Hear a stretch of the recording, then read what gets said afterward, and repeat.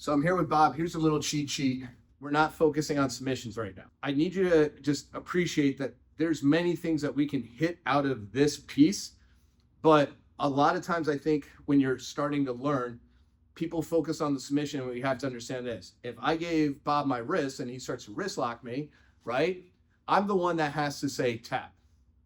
He could say to me, hey, George, give me $20. I could say no, and then he could wrist lock me. Then I didn't tap. That's on me, not on him. I submitted to him.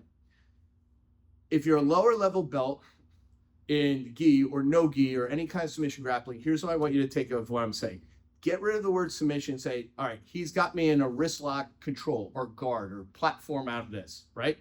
Because what he doesn't want me to do is clear out of this and start punching him in the face if this is a self-defense thing, passing his guard and everything from here. Could he maintain this and without submitting me right now? If he just holds me in control, you could have the grip that you had before. You put a little tension on it, okay? He's holding moderate tension on me. He's not going to crank it. If I did too much, I would submit myself. I would say, could you use this and could you keep yourself in guard right now? Could you bring your legs back into guard with staying that same connection for me? Using that same tension. Cool.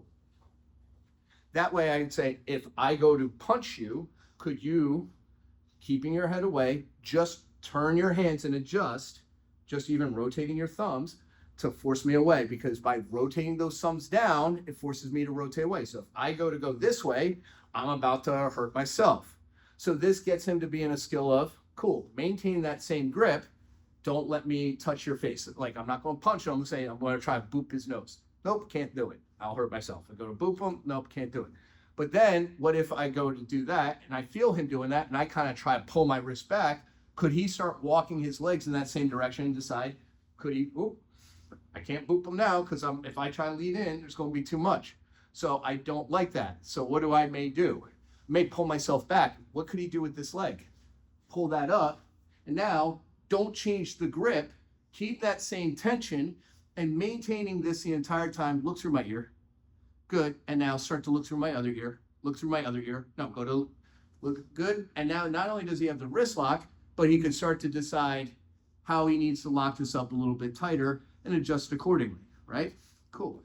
So this is just, again, another demonstration of how you can use a platform of this and just treat this as a guard, just like you would do X guard or K guard, or you would be playing 50-50 or squid guard. Cool, I want you to play wrist lock guard.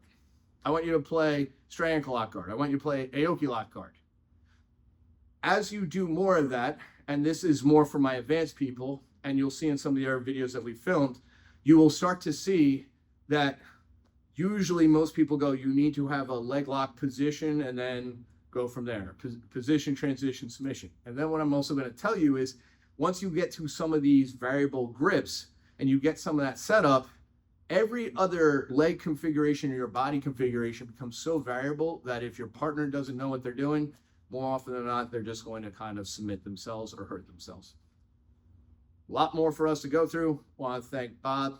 Bob was top three in the gi, Master 7, as well as in no gi. I also say this, it takes a lot of balls to make your first competition go out to World Masters and anything else. Regardless if you are just going out to World Masters or you're just going to go compete at a local tournament, especially a lot of local promotions are trying to expand jiu-jitsu and grappling, and they're doing the best they can, especially the way this economy is, not only in the US, but everybody else. Guess what? You're doing something a lot of other people aren't doing, which is getting on the mats, put yourself out there. Losing isn't fun. Going and training in the room all the time and losing and getting submitted isn't fun.